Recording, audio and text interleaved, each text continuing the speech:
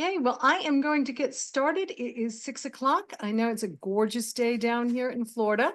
So I've already was forewarned that there are a lot of people who want me to work expeditiously to get this video out so they could see it because they had other plans this evening and they just couldn't change them.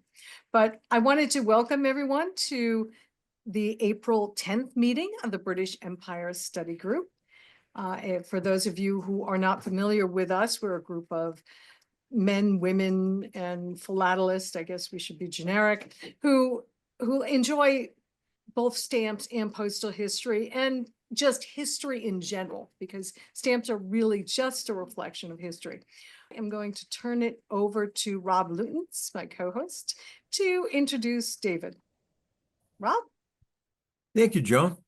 Welcome, everybody, to the British Empire Study Group April webinar. We've got a wonderful program lined up this evening. It's a 400-year history of revenue philately by David Leathart. Believe it or not, stamps were once used to pay taxes. This practice started in England and was brought to the colonies, and we all know what happened there. David Leathart, a fellow of the Royal Philatelic Society in London, will join the British Empire Study Group this evening from England to discuss how these revenue stamps evolved from 1624 to 1902. Most of the examples will be from his own collection. Postage stamps were created through the combined efforts of the post office, the printing company, and the all-powerful revenue department. As is often the case with the distribution of power within trios, one of the players can become left out. David's impression is that the post office became the one left out, culminating in the unpopular Great Britain 1884 lilac and green series of postage stamps. His hypothesis is that the revenue department and the printing companies were far more creative with the revenue stamps than the post office was with postage stamps. David will show how the taxman seems to have had the louder voice by displaying revenue and postage stamps side by side. He'll also show that revenue stamp designs can be far more interesting than their postage counterparts, despite the smaller color palette. Now, a few words about our esteemed speaker for this evening. Many of us started out on the philatelic road as children. David admits that as a youngster, he was more interested in toy trains, and that's an interest that continues to this day. His interest in philately, however, began later in life through an odd introduction in a series of fantasy books called Discworld by the author Terry Pratchett. In 2004, Pratchett released a volume entitled Going Postal, a story wherein postage stamps were invented. In parallel with the story, the Discworld Emporium organization also began producing their own stamps, which they continue to do to this day. David was an avid reader and a serious adopter of the Discworld stamp hobby, and it was an influence that took him further into philately. In 2006, David and his partner, Penny Taylor, went to a stamp fair in Norwich, where they met Tony Hender of Aroon Stamps, a specialist in Great Britain. Penny asked him, "What part of philately has a beginning and an end?" Great question. He simply replied, "Postage dues." And with that advice, their philatelic journey began. Over time, Penny began specializing in errors, misperfs, and the 1887 Queen Victoria Jubilees. David went after Queen Victoria-era postage stamps and discovered an interest in overprinted examples that eventually led to revenues. David and Penny are both members of the King's Lynn Philatelic Society. David is also a member of the Revenue Society, the East Anglian Postal History Society, the British Empire Study Group, and is a fellow of the Royal Philatelic Society of London. Over the years, he and Penny have both collected trophies for their exhibits, including a national gold, a vermeil, and a best in show. And David is also a founding trustee for the Museum for Wotton, and there's a display there of Norfolk history from 1597. David likes to travel and share his revenue material using Zoom presentations. So without further ado, I give you our esteemed presenter this evening, David Leathart. Thank you very much, Rob and Joan. Good evening, everyone, and welcome to my talk.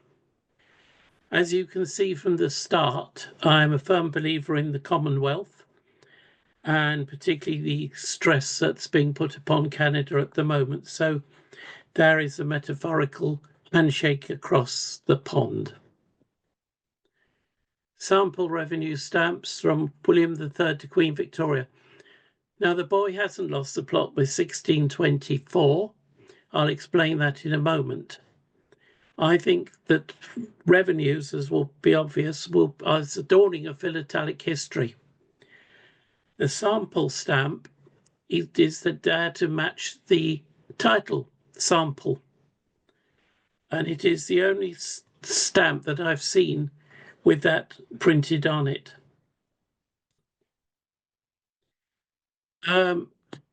Over the years, the government of the country has numerous ways of getting into the pockets of its citizens. Chris Harmon and the Revenue Society website. Now, at one time, the government actually taxed servants. Though that sort of tax continues today to all employees, and it's called the National Insurance, and that's creating a bit of a rumpus at the moment over here. We also had powder tax, hair powder tax, glove tax, tax on carriages, invalid carriages, you name it, they found a way to tax it. Even hiring a horse was taxed. William III and Queen Mary are responsible for the introduction of revenue stamps to GB in 1694. This was to pay for a war with France. Sadly, Mary died later that year. Stamp duty was duly invented. Initially, it was a temporary tax on legal documents. Needs to remember that over here in GB, income tax is also temporary and renewed every year. The Stamp Office was created in 1694 and used to emboss stamps in albino, red, orange, green, blue, and grey can be found, quite colourful. The first stamps or labels were introduced in 1784, and taxes on paper, newspapers, almanacs, playing cards, dice, and the awful tax on medicines and various others. And a sample of embossed labels and stamps will be shown. And the main aim, as Rob has said, is to show the various tax stamps. However, the secondary motives demonstrate that the Inland Revenue gave themselves the better stamps. And then there's that wonderful thing by Rumsfeld's about knowns and unknowns, which I won't go through. But there's a lot of unknowns in Philately. The ones we don't know, we don't know. And then David Beach, context Philately aims to extend the understanding of the aspect of Philately that you've decided upon to collect or study by setting it in a wider context. The wider context may be broad as focused as you please. Now, 1624, the Netherlands was at war with Spain, and they needed to raise taxes. And they discussed the best way to do this.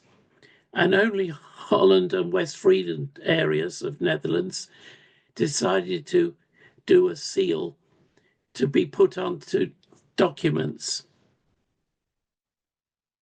And this is from courtesy the Belastingzagel's website is the Dutch Revenue Society site.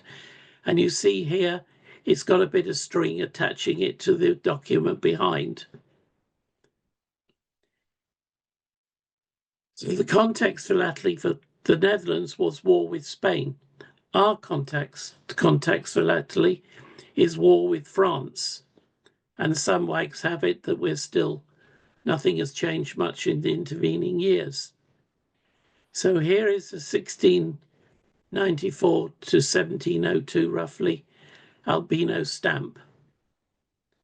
And then in 1701, because the previous stamp didn't stick to the paper very well because it was mostly animal skin. They then decided to try and do this hexagonal patch, which you can see on the right-hand side. It's a bit clearer. That didn't work either. So they then, by the time of Anne, introduced a tin staple to hold the stamps to paper, and you can see it there on the sixpence VI. You notice Roman lettering on this, and a cipher label to cover up the back of the tin so you didn't cut yourself on it. And that is a cipher for Queen Anne. And then we come to George the First. There's no staple on this, but there's still got the cipher label on the back. These cipher labels were printed in large sheets, and the numbers indicate that's probably 14th number sheet, or 144 number sheet, and number 1 on the stamp. Then we go to George II, with again, as you see, 1 shillings and 1 pence. Then we move over to George III, where now the cipher label, which is number 211 on the sheet, is number 3 to indicate the regnal number. The staple has been removed for some reason, but the cipher remains. And here is the important stamp that lost us in the GB America. You can see just at the top of the stamp the letters America, and it's 5 shillings. These are very rare, and this is sent to me by an eBayer Jezza in Australia. Then we come to George IV, just a component duty, £1.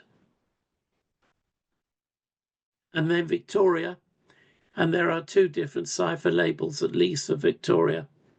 And you notice the full royal coat of arms, and it's quite nicely engraved.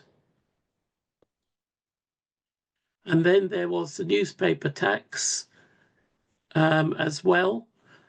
The newspapers had to send the sheets of paper to the stamp office.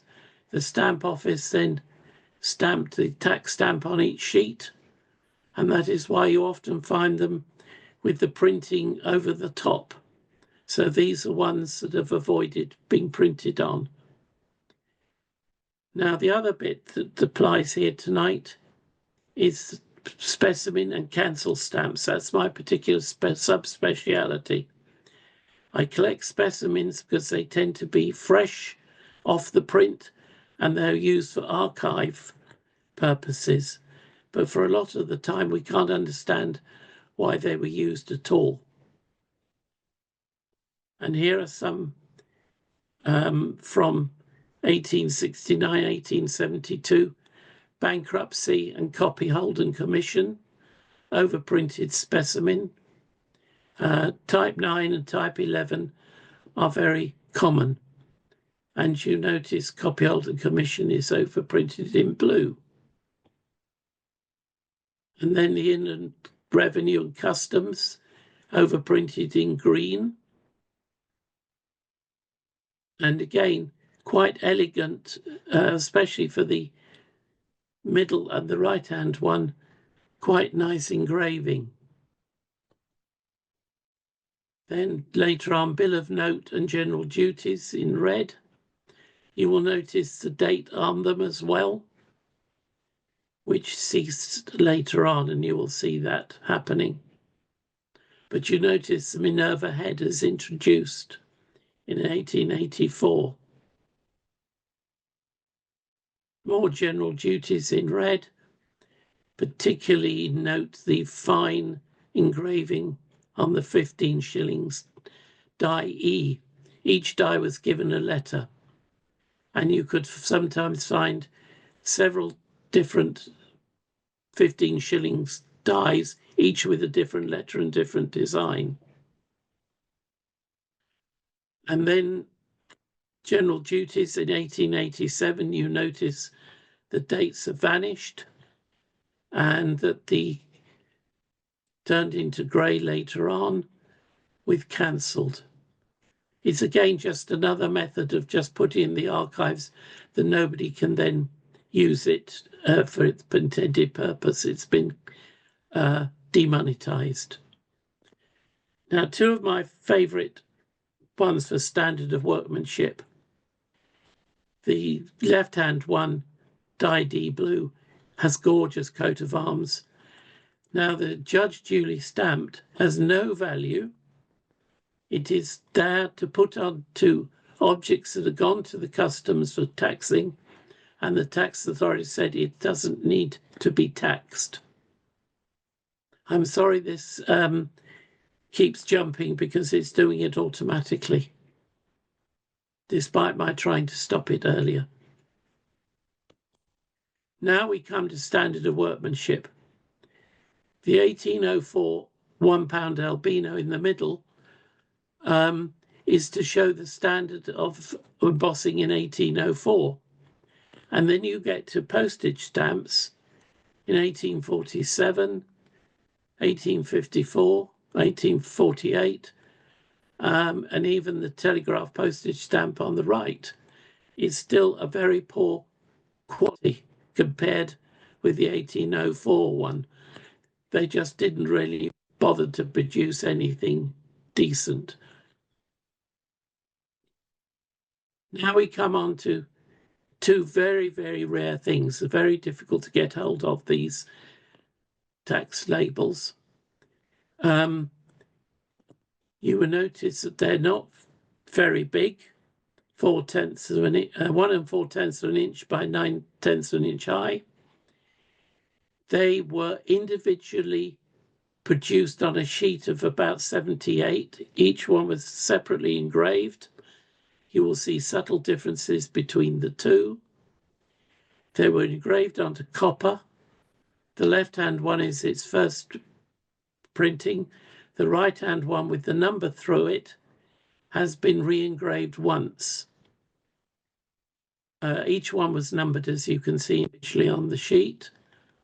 And also when it had a second line, that showed that when it came back for re-engraving for a third time, it would be scrapped because only two were viable.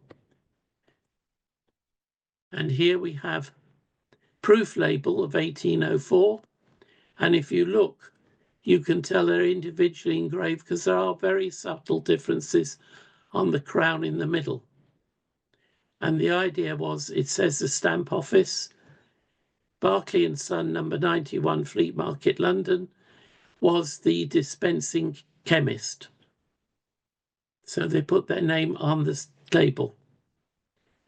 And then in 1823, they introduced Congreve, Whiting, Donkin in red and black. And of course, you've got bicoloured, and you have to wait till 1887 to get bicoloured. Another one underneath is Reinhardt castor oil pills, so it gives you an idea. Here is the Donkin printing machine, and here is a pantograph tool showing how the engraving was done.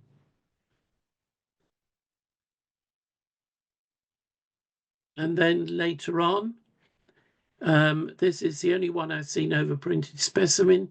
It says Inland Revenue, but the interesting bit, it's the centre, apart from the duty sixpence, this stamp implies no government guarantee.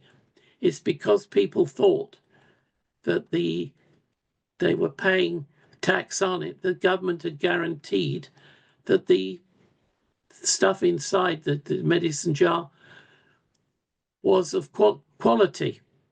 It was probably full of purgatives mainly. And the Americans became excellent at forging these.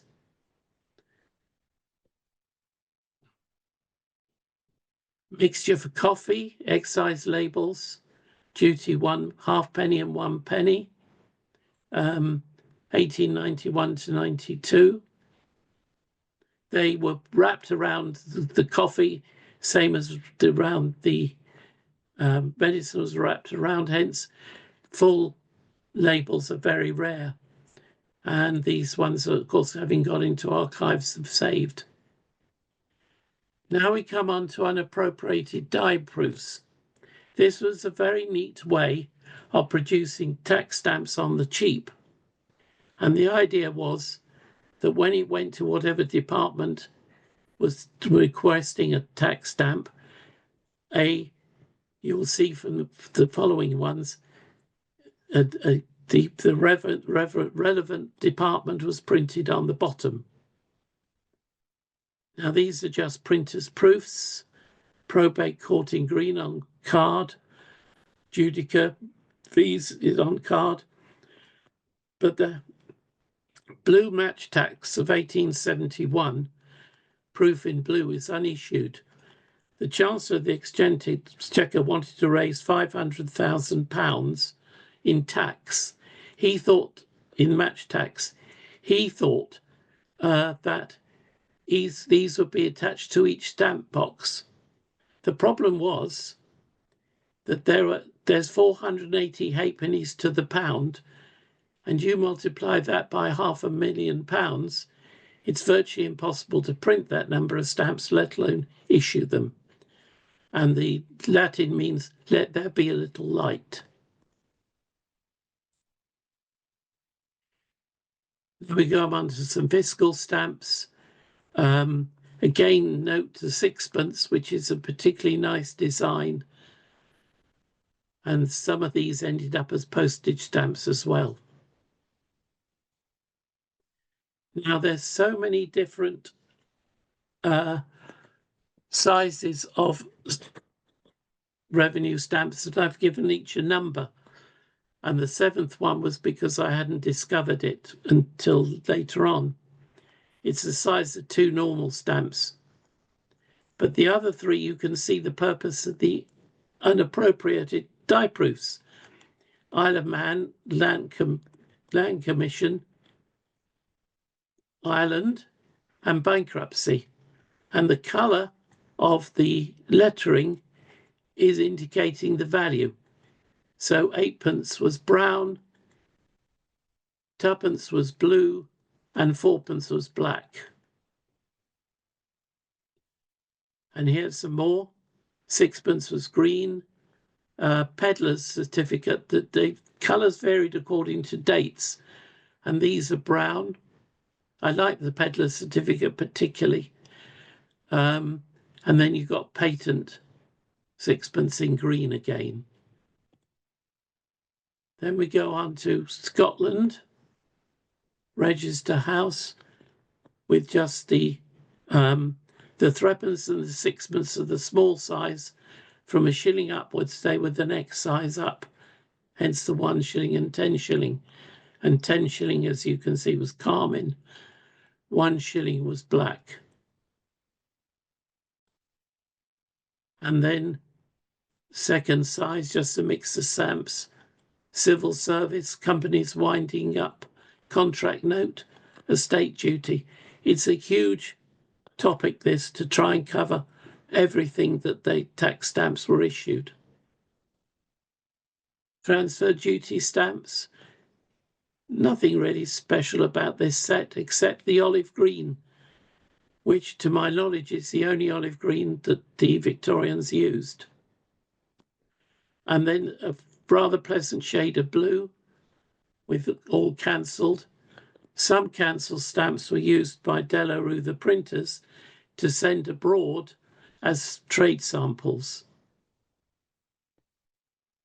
And then the third size, which normally you'd expect to be from £1 upwards, the Admiralty Court is for Ireland. Some reason they use the full size for that. But the notable one on here is the estate duty £2.10, which is the last design, in fact, was introduced in Edward VII's time. So these are very rare, and that's the only one I've ever seen. And then judica fees, you would think for things, they would use unappropriated stamps, but no, they had to do an individual design. And you notice the Irish one has got a nice island in red, in carmine on it. And then again, law courts, individual designs, quite nice designs compared with contemporary postage stamps. Each one really thought out, and the designers had quite a bit of fun. And then you've got Admiralty Court and the Ireland Registration of Deeds Fee Fund. De la Rue, the two on the left, Perkins Bacon is the one on the right, with the Jubei head on both. Now we come to a bit of bling. Penny always likes a bit of bling. And the left-hand one is really the foreign bill in gold on thick card. But the telegraphs on the right, there are 12 of these known. It says gold, but in fact it's toxic copper powder stuck onto glue. And you have to handle these stamps very, very carefully, because if you let them roll up, you can't unroll them. And also you can see about a bit of the first E of telegraphs. If it gets rubbed, the powder comes off very easily. Then foreign bill stamps, again, the Jubei head. And you notice the left hand, this is 1861, and we got bicolored printing. Postage had to wait until 1887 to get bicolored. So you notice on the left hand too, twopence and ninepence are at the top, whereas for the 1 and 8pence and £2.10, it's on the bottom, whereas the numbers change sides after a shilling. You will also notice the odd sum of 1 and 8. The stamps went 1 shilling, 1 and 4, 1 and 8, 2 shillings, 2 and 4, 2 and 6, etc. And there's about a set of 26. So that's another quite a bit of fun to collect. The life policy in the middle is 4 inches high. It's the tallest stamp I think that GB has ever produced, and it just puts some the heads up to show Jubei's fine engraving. This one I only got recently, never seen it before. Record of titles in Ireland, with a very unusual shade of green. Again, a Jubei head. This is nothing really special here. Chancery Court, 21 values, just a plain purple. But if you send it to Ireland and you slap a bit of red on it, and you'll also notice in this one different shades of printing, how the colour changes from purple almost to grey, and the Ireland one is similar. And you notice 8 shillings, 7 shillings, you get all these wonderful different values. Now we come to two of my favourite stamps, the matrimonial causes and probate court. The design of these two are gorgeous. And these are different shades of purple. They're both very rare. The specimen one on the right is the only one I've ever seen with specimen on it. And mint ones are extremely difficult to get hold of. So Penny liked a bit of bling. Here was her bling, putting the two side by side with a very strong ultramarine. Whereas you notice that the the postage 10 shillings is rather skulking in the middle with very pale ultramarine. And the design is nothing much compared with those two. And that is why the £5 orange is the size of the matrimonial and probate. It was meant to be an ultramarine, but of course these two beat the £5 orange to it. And here's a sheet showing how effective the blue is. That is a full set of matrimonial courses.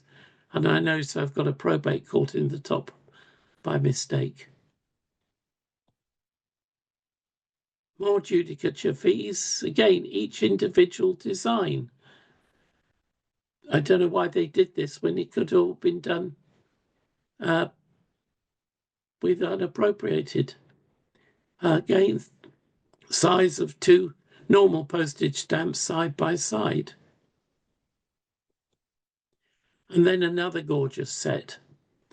The company's registration stamps of 1881 to 3. Again, they've really thought about this little set. And it also, you'll also get it in type 9. Haven't got a full set of type 9. Another reason why I click specimen, because you can get different specimen overprints on the stamps. And then we go to perfin stamps, another form of cancellation.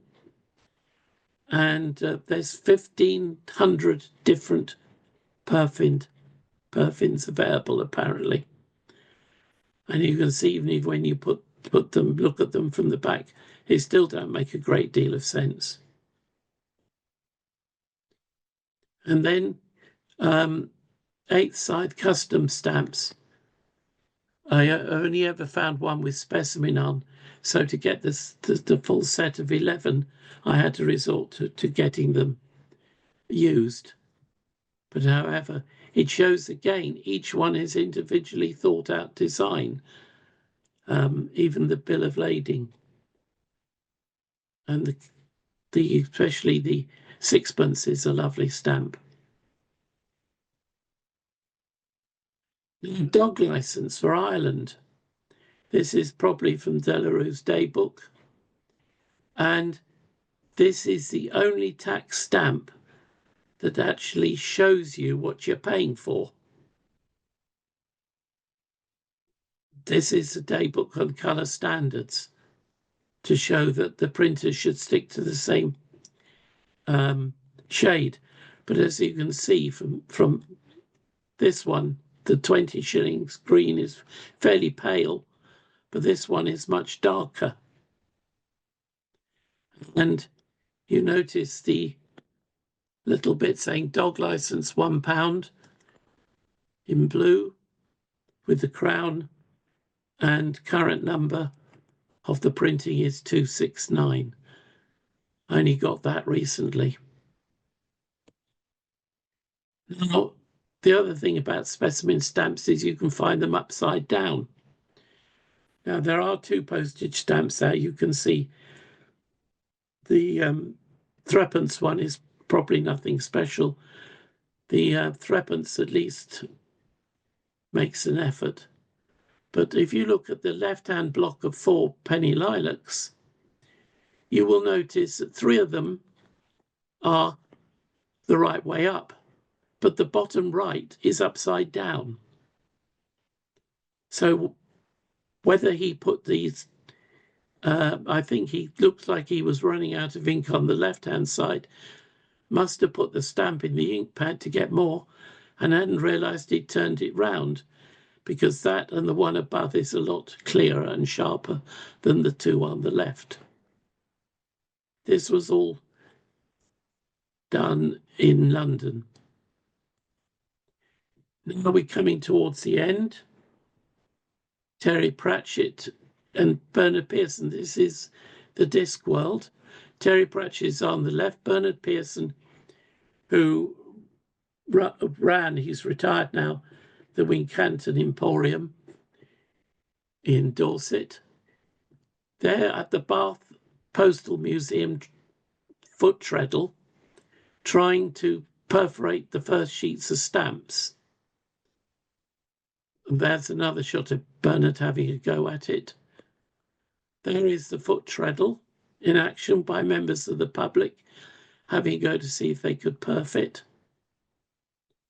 The Bath Postal Museum is sadly shut down now.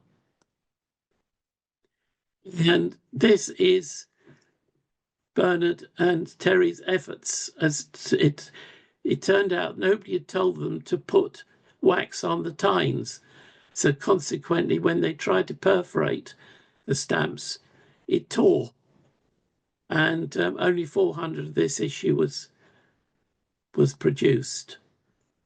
And that's one of the few pairs. And you know, no perf down the middle. And here are some of the Ankh-Morpork, the main cities, duty paid and customs clearance. Clatch is another country on the Discworld. And then another Ankh-Morpork duty paid. Nil desperandum there, 2.5% virtual added tax. And the person on the right there is mimicking our penny black, is Lord Veterinary, the despotic ruler of the Discworld. And so I'll end on this with some information for you if you want to chase up what you've seen. Rob has mentioned the Revenue Society. Then there's Barefoot Great Britain Revenues. I think the last edition was in 2010. I've only got the 2002 black and white one, and it's rare. Booth is also rare, published in 78, not as good as Barefoot. Terry Pratchett Going Postal, if you want to read about it. It's all mainly about the postmaster, one Moist von Lipwig, which I think is a wonderful name. And then the Bible for us specimen stamp collectors, Samuel Marcus and Marcus Samuel and Alan Huggins, published in 1980. It really needs updating. And then Michael Tanner's wonderful book on Great Britain Medicine Stamp Duty, published by the Revenue Society in 13, and I think it's still available. Right, folks, I think that's about it. Well, thank you, David. That was very interesting. Those are some beautiful stamps. You're a member of the Revenue Society. Am I correct? They're holding an auction now or in the near future? Yes, they are. It's Saturday, the 17th of May at the Royal in London, and there are no fewer than 503. I think I can show you this. That's the catalogue, printed catalogue. 503 lots, all from all around the world. Oh, very interesting. That's about average for every year for the auction. Wow. Now, do you have to be a member to bid? Yes, you do. I think for printed material, I think I pay £20 a year. Oh. Okay, not a backbreaker there. Not a backbreaker. I think you can have it online only for about 15 or something. So it's very reasonable. And it's quite it does do talks as well. And it's got a showing at the International in Birmingham in May. So it's quite active society. All right. Well, David, we've got some questions coming in already. Oh my goodness, I can see, yes. Our friend Clive Levinson has a good one here. Why would they need such a high denomination dog license stamp? In the 1880s, one could probably have bought a pack of dogs for 20 shillings. It's 2 shillings per dog. So 20 shillings would be for 10 dogs. Oh, I guess that's what it means. the equipment that you were showing earlier, was that for embossing? What was I missed the first part of your question? The equipment, the printing equipment or what have you there that you had shown Yes. earlier, were any of those machines used for embossing? No, no, the printing machines I showed you were purely for printing paper. Okay. The embossing machines, of which there is one been donated to the Royal and is in their downstairs meeting room, donated by the stamp office at some point. But the embossing was all done on machinery. When they do that process of embossing, is that done on a single stamp or can they do that to an entire sheet? I can only refer you to those individual embossed postage stamps I showed you. Okay. They were individually embossed. Okay, that's what I would have thought. Yes. Whereas I think the other, I don't, I've looked at the machine in the Royal and I can't make out where you put the paper into to emboss a stamp. Yeah. Must be somewhere. They may have been done individually. So as far as the Discworld is concerned and Terry Pratchett's material, do you have any of these stamps yourself? Yes, I've sold a lot of the collection, but I have a huge amount of still left. I don't buy them anymore because I'm more. Oh, somebody has replied. First embossing was done individually, but later on sheets. Okay. So, sorry, what was your question again? I've No, lost I was it. just curious if you had any of these in your own collection. Which are you referring to? The Terry Pratchett stamps. Oh, yes, I've got some here. Yes. Yeah. Yes, I've got quite a lot of sheets. Some of the early ones were designed in Norwich and are quite beautiful. I think they're one of the best Cinderella stamps ever produced. Yeah, I went out on the internet after I had read about your intro, and yeah, there is some beautiful stamps, some strange topics, but Yes. and they're still making them today. Yes, there's probably, I think it must be 1,500 to 2,000 different Yeah. stamps. Some of the early ones had were taking the Mickey out of Britannia, our national symbol, and were calling her Morporkia. And when Bernard asked the design Norwich to design her, they asked, what sort of helmet does she require? And Bernard replied, like a coal scuttle. So that's exactly what she got for her helmet, a coal scuttle. Yeah, the Minerva helmet. Yeah, Yes. it does look like a coal scuttle. Yes. All right. Well, do we have any questions out in the audience at this point? What about a sex tax? Well, I can say that in Brazil, there were licenses for prostitutes at one time, because there's a detailed article in the Revenue Journal. Wow. So there was one, yes. That was Rosario Santa Fe from Argentina. And it's not prostitution tax, but it's for the health inspection of the prostitutes. And the cancellation studies are very nice. It's sana for healthy. It's conregula for with period. And it's infected for the prostitute you better don't touch. So this is macrophilately from very special kind. Thank you for that. Thank you. Wow. Now, does someone have an exhibit of that? Probably Steve Zirinsky. I will not claim that. Nope, not yet. There's a great exhibit in the US. There's an 8-frame exhibit on Santa Fe. Huge collection. And he got all the booklets that are leftovers. I think I got a single page, but it's a great collection out there. Thank you. And the marriage revenue tax, that was for obtaining a license, I would assume.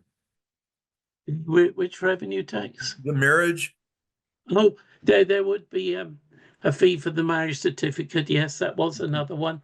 Mhm. I'm just having a check here. The hair powder tax. If a husband had to pay the tax, if he had more than three daughters, he got a discount on the tax. Oh my God. I didn't know that. I think that's obviously even the government felt sorry for a man with 3 daughters to marry off.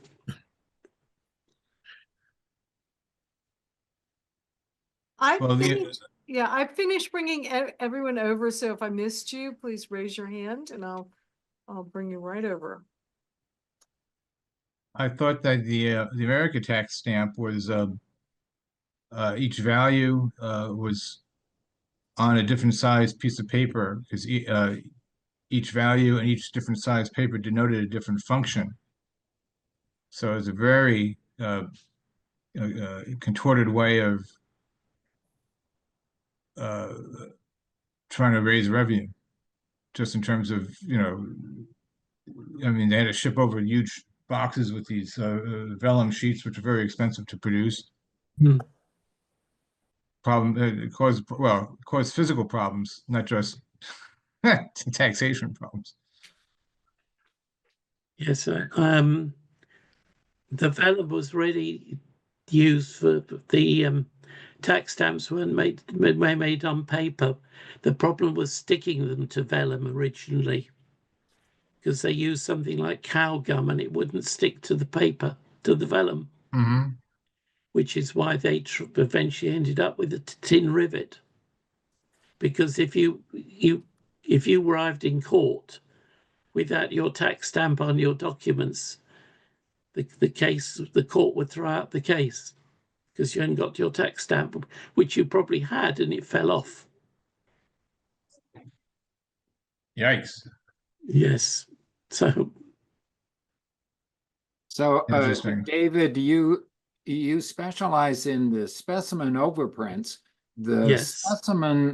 The word specimen appears to have been mostly hand stamped. So I would think it would be relatively easy to fraudulently apply the word specimen. How extensively are the specimens forged? And are there ways to make certain that a specimen is correct, is genuine? Very good question. There are some turn up, but they're obviously wrong. Particularly on postage stamps, if you turn it over, you will see the stamp coming through the paper. You'll be able to see it backwards. The other reason is, they're not forgeries. When you have a very expensive high value stamp, if you have a printed specimen, you will probably wipe out up to 90% of the value of the stamp. I would rather say there are almost no mint high value revenue stamps because who could buy them and keep them? So there's no material to forge them with the specimen overprint. No. I haven't come across any forgeries. Forgeries on postage stamps, overprinted specimen, yes, but not on revenue. What would be the purpose? Great presentation, and it's tremendous. But what would be the purpose of printing the word specimen on the stamps? Were they giving out sample? Who's getting the specimens? The UPU. No. UP, yes, the UPU Oh, yes. after 18, whatever it was. Oh, But really? prior to that, because the first specimen stamp was actually on postal stationery in 1841, and that was to put on postmaster notices. The first stamps over printed specimen were the 1 shilling embossed in 1847. But No, I understand. I understand that. Oh, sorry. We're talking here about revenues. right. And as far as I know, the revenues have never been spread around UPU. No. I That's have what I'm wondering about. Yes. specimens, lots of samples that were given to all the stamp offices so that they really have the actual stamps on hand. From France, we have full sheets with all revenue stamps printed, which was in each of the department's main office. So they really had something to compare what the revenue stamp should look like. This is really more or less usage for the offices. Be the good point here, yes. But the revenue, a lot of the postage stamps over printed specimen are quite common, but the revenue stamps are very difficult to get hold of now. They don't very often appear. So I kind of remember seeing a large sheet where they would have all the different stamps pasted on, but I don't Yeah. recall it being revenue. Probably was postage, but they would have that at the main post office, in the UK. So I have to yes, remember that. I don't know. yes, there were the postmaster notices, where the stamps were over printed specimen and stuck onto the notice. Right. That's what I'm thinking of. Yes. Yes, but they were then all called in and destroyed. Hence, the postmaster notices are now very rare. Got it. Matthew, you had a comment? You could either, oh, you're coming over. Oof. Okay. I got a little bit of a question. I collect these revenue stamps, mostly the orange and gray ones. Yes. And one of the things I have, I don't know whether you can see this, is Yes. it's the overprints are magnificent. So the stamp would go on a document and then it would be overprinted. I wish I had the rest of this one because it looks really neat. But some of the more common ones, you can see, Yes. are just placed over the stamp. And those are really neat too. And I got a few of those. Oh, Yeah, I'll find it now. these stamps have no dates. The problem was when you have the stamp office, they needed the die for each of the denomination. This would have caused a huge tooling in the stamp office. So you had only a few stamp offices in Britain. Now you had to send the paper to the stamp office to get stamped. Right. But for all the ships, for all the incoming goods, it was not practical. You need to get the merchandise running. So they had local stamp offices with these stamps printed in gray with no dates, but star plugs or blind plugs inside. And they had a second machine or a special machine with the orange dye embossing and canceling the stamp for usage. So they had only one tool in that marine stamp office. And it's quite exciting to collect them with each of the harbor or other places. There's a stock exchange office. So you can really see the place of usage with the orange overprint. Right. It's just to reduce the number of dies. The old orange ones you find with marine insurance overprints or cancels. They have the date plugs. It's very nice to collect them from all the dates their stamps actually were printed. While in the real stamp office with all the dies on hand, you can practically find every single day with a different date plug within the state. Those overprinted ones have either no date, but the date is in the orange overprint. Right. That's right. Or Yeah. you have these dates in the orange ones that were the actual printing date, but in the blue cancellation, you find the date of usage. Right. I do collect those, and it's a huge field. It's a really fine field. Yes. The other thing I want to mention was here's one of the stamps with the tin on it. Yeah. And Yes. they had a tool with two little sort of rounded Puncture. blades on each side that they put into the paper. And this one doesn't have a cipher on the back. So if I can find my so they Yeah. just when the tin went through, they just folded it back on itself. And then when they embossed it, it got left into the tin. Mm. I don't collect the I only collect the ones over printed specimen mainly. Oh, okay. I haven't gone into those ones I see on eBay regularly, but I've had to discipline myself to keep down a fairly narrow channel. Yeah, these I find I really haven't paid anything for them.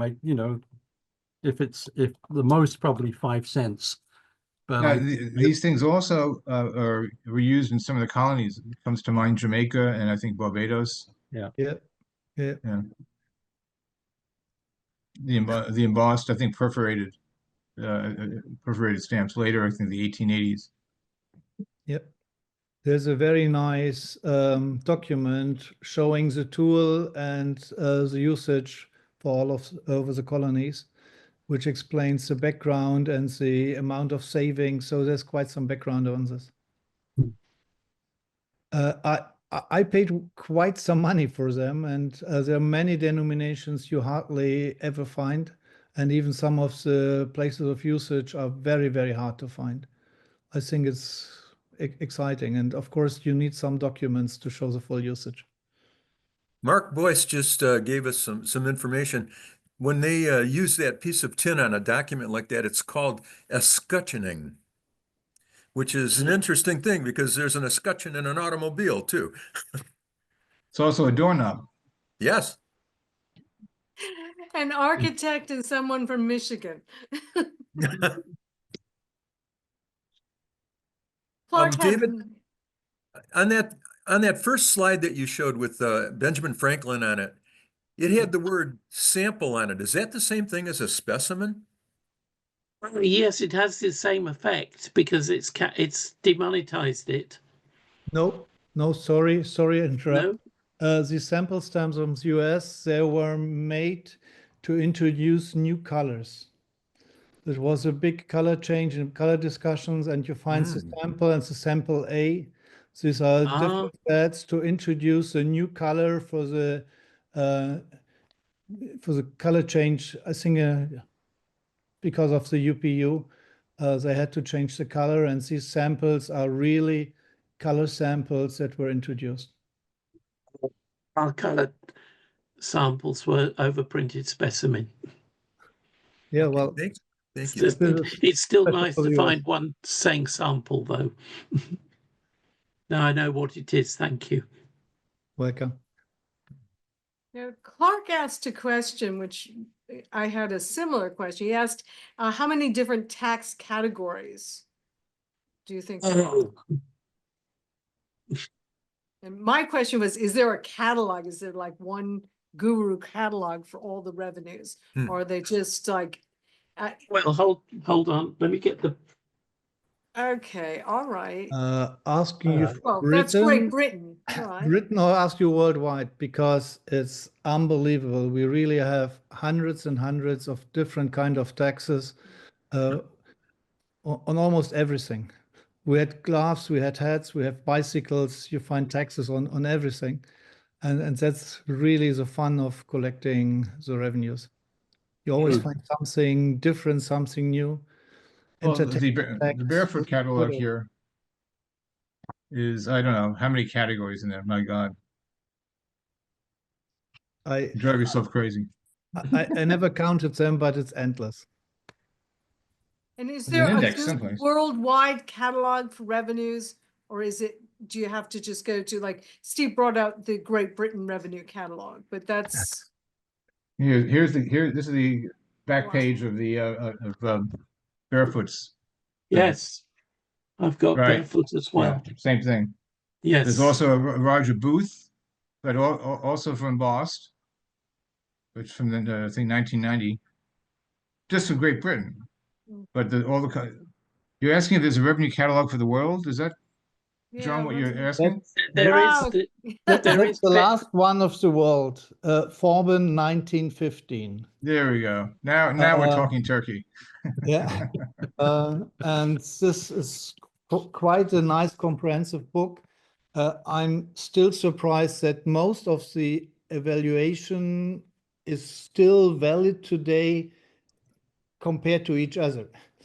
But of course, we have endless revenues after 1915, and there is no world catalog on it. It's impossible. It would be a way to. Municipal revenues in Germany, we think we have issued more than 200,000 different stamps. And I think in my Argentina collection, I have about 70,000 different revenue stamps from Argentina. So revenue Wow. is huge. And I We think don't it went unappreciated for a number of years. I think the revenue stamps, other than the real rarities, but For two reasons. First, there were numerous and the denominations were very high. So it was really expensive at the time. Now that we have endless postage stamps and it's almost impossible to get hold of all of the postage stamps, revenues get more and more exciting, and there is no revenue stamp printed to be collected.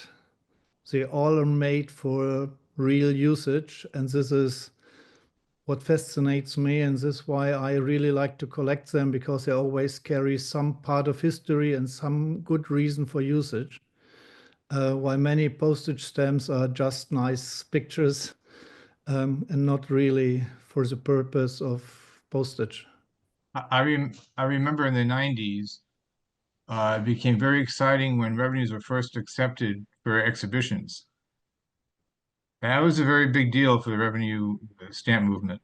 Yeah, I see Michele Caso here watching. He was with me in the very early hours of the revenue collecting. And yes, we had good fathers, Martin Aller, who educated me, Gary Ryan in Britain. They Oh, did yeah, a lot of efforts to really get the revenues accepted. I'm acting chairman of the Revenue Commission of FIP. So I'm always excited to join revenue meetings and revenue talks. Sandeep Jaswal, based on media. thank you very much for joining us. Frank Bloom, Yeah. nice to see you. Yes, there's not even a catalog for all the US revenue stamps. There's not one. It's what's in Scott is only a small part, a tiny small part of what of the actual total amount of even US revenues. And the State Revenue Society has one out there with all the 50 states, and you've got everything under the sun that was taxed. So That's a different book. I'll go get that book now. yeah, I got that one too. It's back in the other room. I got that one too. So yeah, there's the ARA, American Revenue Association, is attempting to make an online catalog to update the old Springer catalogs from the 1980s, which had tax paids. That's still only going to be a part of it, if they ever get it done. Because every time they think they're done, they find more. The New York chapter of the ARA has a monthly meeting on the first Thursday of each month in the Collectors Club. And we tried Zooming, but we can try that again. But this past month, Terry talked about State Department taxes, and I talked about Cook Island airport departure taxes. So I still like the marriage tax and Matt Healy's comment. Up all If night we don't doing pay it, other can we get something, all right? divorced? Right. Len, you have your hand up. Yes, Okay, I would thank you. Okay, bye. I would just mention there are barefoot catalogues on the British Commonwealth and on Southeast Asia.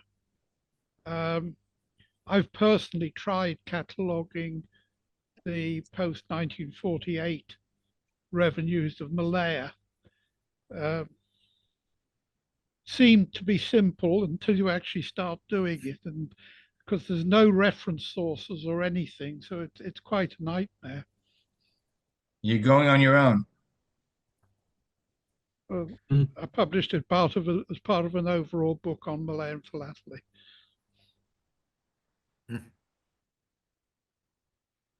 Yeah, that's what I found. It was like to find information on revenue stamps, you had to, if you're in the trade, you get things from all over the world. And it was like you had to buy catalogs for revenue stamps everywhere. Or just call people up who know what they're doing.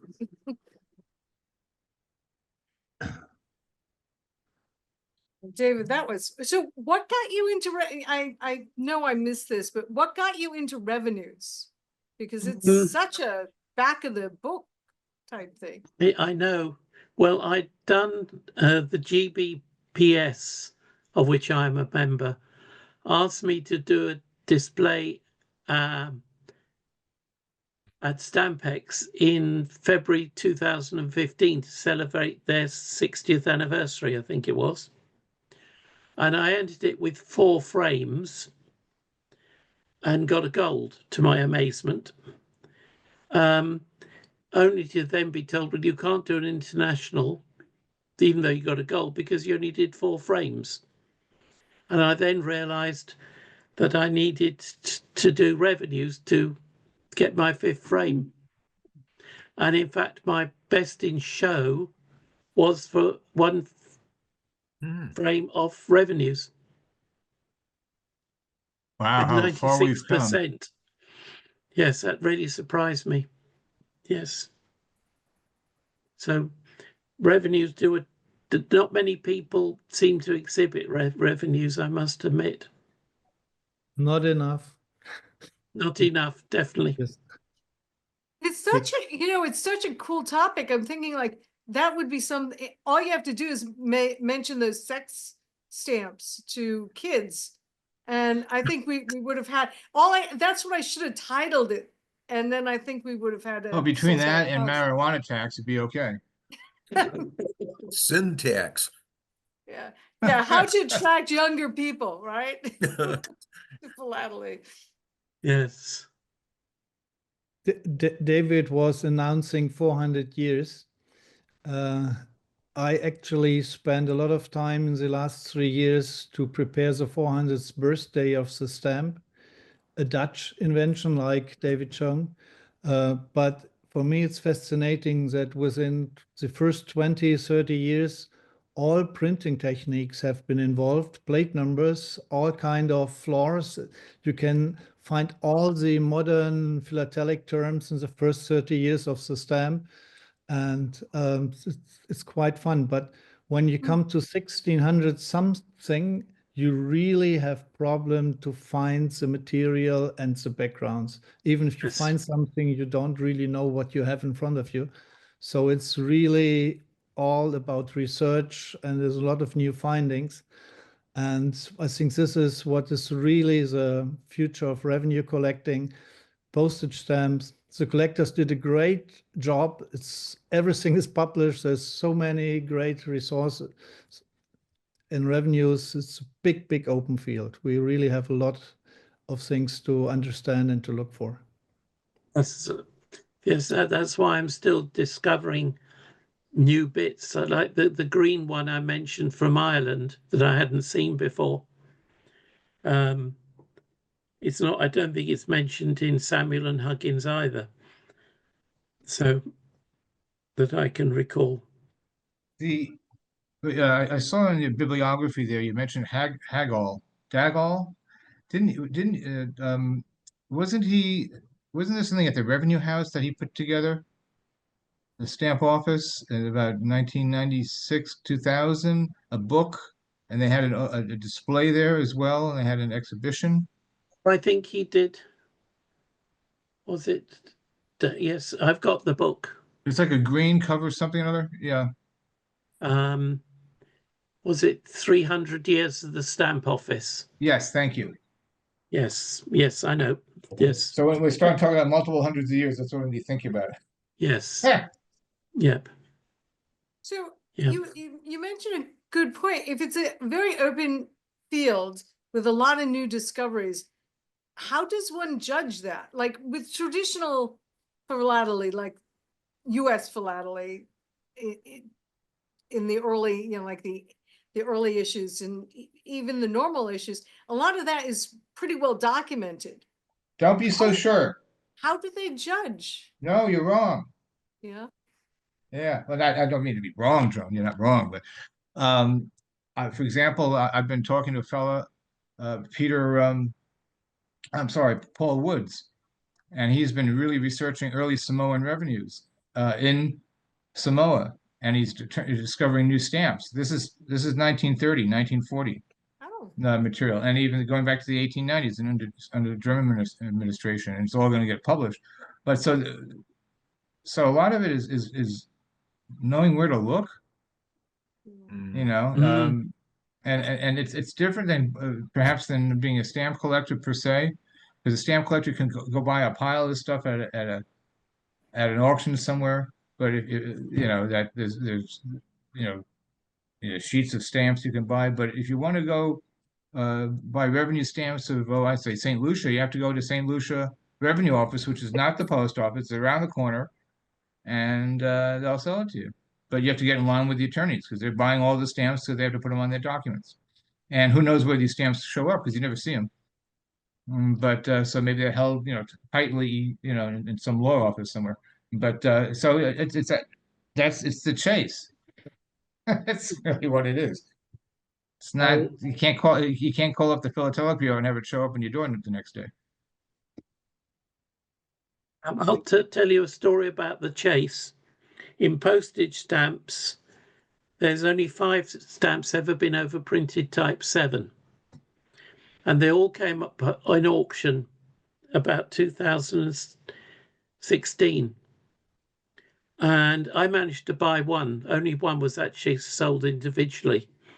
The other 4 were put into big collections, big lots. So I got the one. A few days later, I rang a dealer who I knew had been at the auction and asked how we're chatting about the auction. And I said, well, I've got one type 7. I don't know where the other 4 are. And he said, well, I've got 3 of them. So after I picked myself off the floor, I had to pay what he was asking, obviously.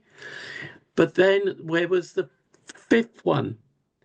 And about a year later, I was exhibiting at the Royal with a GBPS. And on the frame next to me was the 5th one. Brilliant. And he wouldn't part with it. So I know it's about. So I just had to be content with 4 of them. But that's part of the hunt, isn't it? Yes. That's what I enjoy. Yes. Interesting. And being aware of what something's there, not to be afraid. Yeah. If I may, I'd like to answer Joan's question a little bit. How to judge? I actually think judging revenues is quite simple. The old-time collections were stamps only. Now we ask to show the proper use in the documents. And when you're really able to describe the revenue stamp so that any viewer, first-timer, is able to understand the subject, we should grant you quite good points for the knowledge and research. And it's pretty hard to really find the right fee on each document. And then when you have some feeling for what kind of documents are available, what are not available, what is he showing, and we have all this basic catalog and listings, we may expect some new material. If there's nothing new, if it's no documents, it's a lousy exhibit, but the more surprises, the better you tell us and you find new stories, the better it is. So I really think revenue judging is not as difficult as many people believe. So it's more about the story, make, It's how they- absolutely about the story. In the commission, we said, well, you may go and collect revenues traditional. You may do it with fiscal history. Mike Mailer in the US, he is fascinating good in fiscal history. We have subject treated items where you really go for entertainment tax or whatever you think of. And you really, it's always about the story. And we want to see that the exhibitor understands the usage on the documents and brings everything together. You cannot collect revenues for completeness. There are just too many. So you must make nice choice and you really must make a good story out of it. And then everybody can appreciate that exhibit. Sometimes some of the countries, I know some of the Pacific Islands, if you were caught with a revenue stamp, they give you 6 months in the clinker in jail. They were very serious about this. They were not interested in the stamps being available for any reason, and people took it seriously. So suddenly, why there's no revenue stamps from some of these countries? Well, that's one of the reasons. It's further headwind into making it even more complicated. Yeah, in GB at the end of the Victorian era, there were stamps introduced overprinted for various government departments such as the Army, the Inland Revenue, government parcels. And if you're in possession as a non-civil servant of a mint one, that was an imprisonable offence. I was wondering how big some of these items got around the world, because they must be difficult to collect, because I've got some Canadian ones that are at about 2.5 to 3 foot long. Oh, medicine, cigarettes, Tobacco tax, tobacco, yeah. those kind of things. Yeah. Oh, yeah. How do you put those on a paper for exhibiting? You have At to, an angle. yeah, but I mean, it would take up almost the whole Yeah. frame. Yeah, Mike practically Mailer, a full row. Mike Mailer has 2 sheets per frame. Okay. Yeah, so we really must deal with oversized pages. Not all commissioners love us because it's quite a headache for transport and for handling, but we have to do it when we really want to show these text pages or oversized documents. Yeah. I remember we were doing a first virtual exhibit and some person who will remain nameless put the long stamps in, and I was like, I only figured 8.5 by 11 pages. And I was like, I couldn't, you can't do the item justice shrinking it down to 8.5 by 11 because it lost all its detail. So that was a good 2 hours worth of work. But worth it. Yeah, the gentleman put a lot into it. So. But someone asked if we were going to be at Birmingham. I think that was, it was you, Philip. Well, we're not how should I put it? We're not like a brick and mortar club. So people will be there. I encourage you to go to Birmingham. It should be really nice. I can't go. My husband doesn't travel very well, and especially now because he had a little medical issue and he's not supposed to fly. So, but it's going to be a great show. Yes, I will be there. That's why I asked the question. Yeah, it's you're the probably 4th person who asked me if I was going to be there. Well, I love postal history, and I'm on the the council for the Postal History Society, and the great group. And it's just history. It's like revenue, and it's terrific. But, Why not have a Zoom meeting from there? well, I think it'd be difficult. I'm not sure they're quite there yet. Yeah. And sometimes keeping things in person only will encourage people to go because it's a nice country. It's a nice, should be a nice trip. And there is something to be said about actually going to meet in person.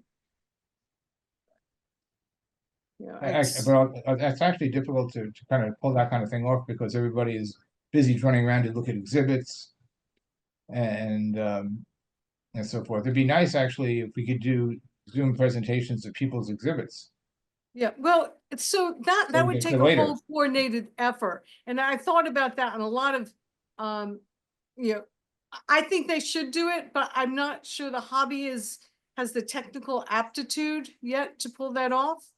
So until all the venues have Zoom rooms, which you still need technical competency to pull that off. So I think eventually we'll get there. So maybe we just have Zoom meetings like this that have people discuss an exhibit that Their exhibit. the Yeah, exhibit. Virtual Stampex did a very good job at that. They had regular talks and they had the roundtable talks. So I would encourage I don't know if there were any revenue talks at Virtual Stampex. I don't recall. But, I don't know. yeah, I think the PTS is trying to be more inclusive like that, but it's as a promoter, as a show promoter, you have a catch-22. You have to make a commitment with a venue and rent out the booth in the space, and then you're telling people we'll just join by Zoom. Gets a little bit difficult. Yeah. I agree. Torpedo that idea. No, I think that there needs think to be a balance. I think it will be done eventually, like everything else. It just you need to get the right formula together to do it. Somebody just asked a question: how many countries have used revenue stamps for postage? Well, I can only answer for GB, in that in 1881 they decided to combine fiscal, telegraph and postage stamps in one. And so people would then, with surplus fiscal stamps, were using them on envelopes to post letters. And you also got the occasional telegraph stamp on a letter. So yes, GB has done it, but I don't know of anyone else. Now, are those considered rare and demand a premium? Yeah, okay. Yeah, it is unusual. Yeah, Mark Boyce has referred to New Zealand as an example, having a large number of postal fiscals that they can use for both. That'd be true, yes. And there was a date when they were allowed to be used, and it was sometimes used before that date. That was kind of either suspicious or even more interesting, depending on your point of view. Ralph, just jump in. You don't have to, You may find revenues used on postage almost in any country, but this is not legitimate. A legitimate usage you have in only a very few countries. Susan Hannay once did a wonderful study on all Latin American countries, in what period it was allowed, when it was just slipped through. And there's a whole story about Latin American. Very well known are the Lombardo-Venetian usages of the revenues for postage, because postage stamps were forged. The Milan forgeries are pretty well known, so the honest people were using the revenue stamps on postage to, and this was quite common. Austria, it's much more rare, but you find revenues use postage stamps to pay revenue on documents as well. So it's always the salt and pepper in the soup that you need to find. But we even good. a lot of well said. US stamps, postage stamps used on bill of exchange and documents, and the other way around. You find this. For example, in St. Vincent in the early 2000s, they used they taxed everything, 10 cent value added tax that they added and they paid for it by stamps that would put on the backs of receipts. And they often kept the stamps are kept at the tellers, at the cashier, at the supermarket and the drugstore and so on. And so they would put the revenue stamps on, but oftentimes, if you wanted to pay for postage, nobody cared. They'd sell you that instead. And if you posted it at the counter, or if you put it into the box and not give it to the person at the counter, it would go through the mail. And I have more than dozens of examples of that happening. So and while when the post office and the revenue division were all within the government, that was fine. But then suddenly one day the post office became privatized, and it was different money. And then no, that came to a halt. Yep. Oh, Len, jump right in. Yeah, Len. Just need to unmute there. You're on mute. You're on mute, Len. There you I go. did unmute it, but it went straight back to mute.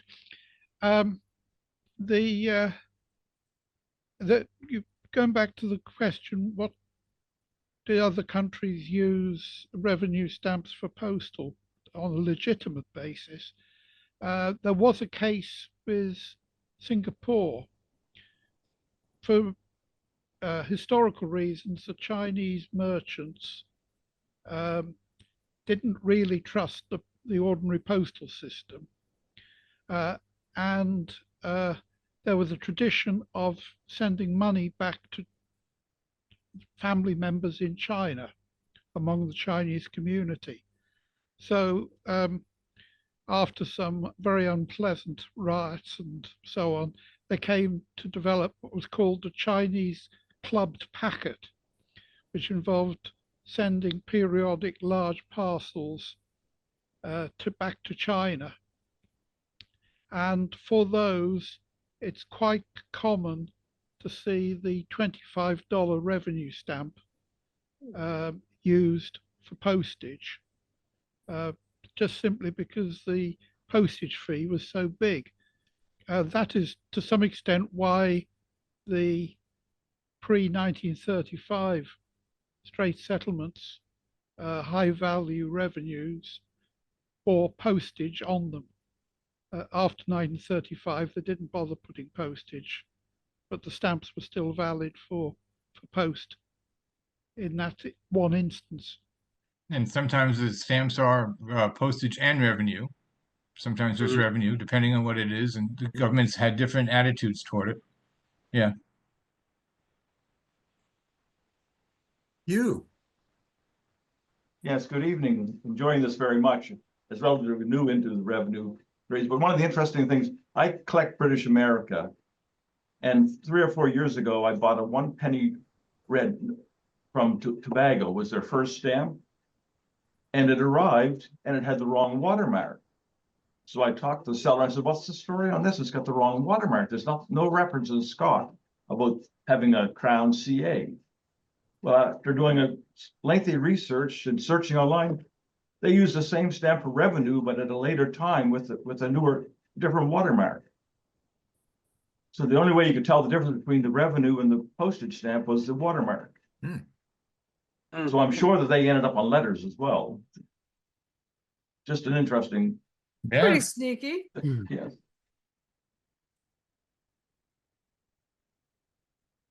I'd like to see a revenue on a morning cover.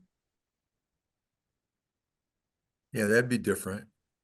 Well, you might see it, but would it be taxed? Whether they caught it or not. Death tax. Well, no. The coolest one I have is a morning cover with future delivery. You know, the US had those little future delivery my God. stamps. So imagine a morning cover with future delivery. I thought that was pretty ironic. What about a travel passport for a dead body? Oh, that's interesting. You'll find a lot of things taxed.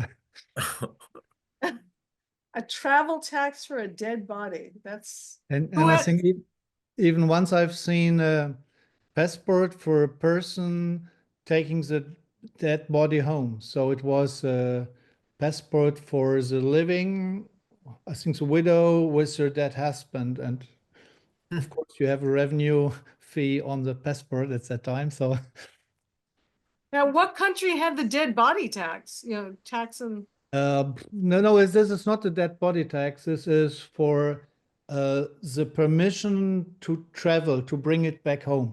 oh, okay. And So what it's country? really, this is Austria-Hungarian. Austria. Ah. Italy too. But I'm This pretty is in sure you Italy. find it all over Europe, if not all over the world. As soon as you need a allowance for anything to travel to do it, you can be sure there will be some fee A on tax. the tax. Yeah. They'll find you. Well, that would be an interesting twist on morning covers. Yeah. You know, a tangent, but anyway. Well, there are tax. I've seen. Thinking Austria, tax revenue stamps used for death certificates. Yeah. Yeah, Sure. that's This is standard. straightforward. Yeah. Birth certificates, marriage certificates, and death certificates are the most common because every household has them. Small fees, and this you find everywhere.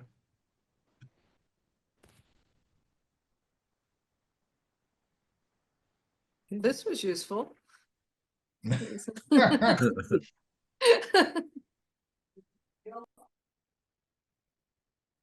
All Is right. that it? Yeah, everyone all talked out. It's a nice, still nice down here in Florida, so. That's it. I thought it was a lot of fun. Yeah, I had, David, that was very, very educational. Thank you so, so much. Yeah, thank you everyone contributing to a very interesting discussion. Yeah, thank you, Ralph, too, for some wonderful contributions. Yeah. Oh, yes. My pleasure, my duty. So if you like to know more about revenues, I'm always available. End of April, I'm doing 4 talks in China because the Chinese are really getting excited. They have the problem that the Cultural Revolution destroyed all paper before 1950. So when they go back to history, it's totally different than from Europe or America. Oh, yeah. They don't have the classic papers, but they're most excited to tell their own history by their revenue stamps. And they are publishing like crazy, all in Chinese, but well, Just Don't another tell me language to that's one learn. of your languages. no. No. OCR. I have a good scanner. Okay. Okay. All right. But the revenue, I find the revenue talks probably some of the most interesting talks that we have because like you said, the history and what all they did, like David, it was just fascinating. And they were beautiful. The stamps, the revenue stamps that you showed, they were just, they were gorgeous. They were pieces of art. So yes. Oh yes.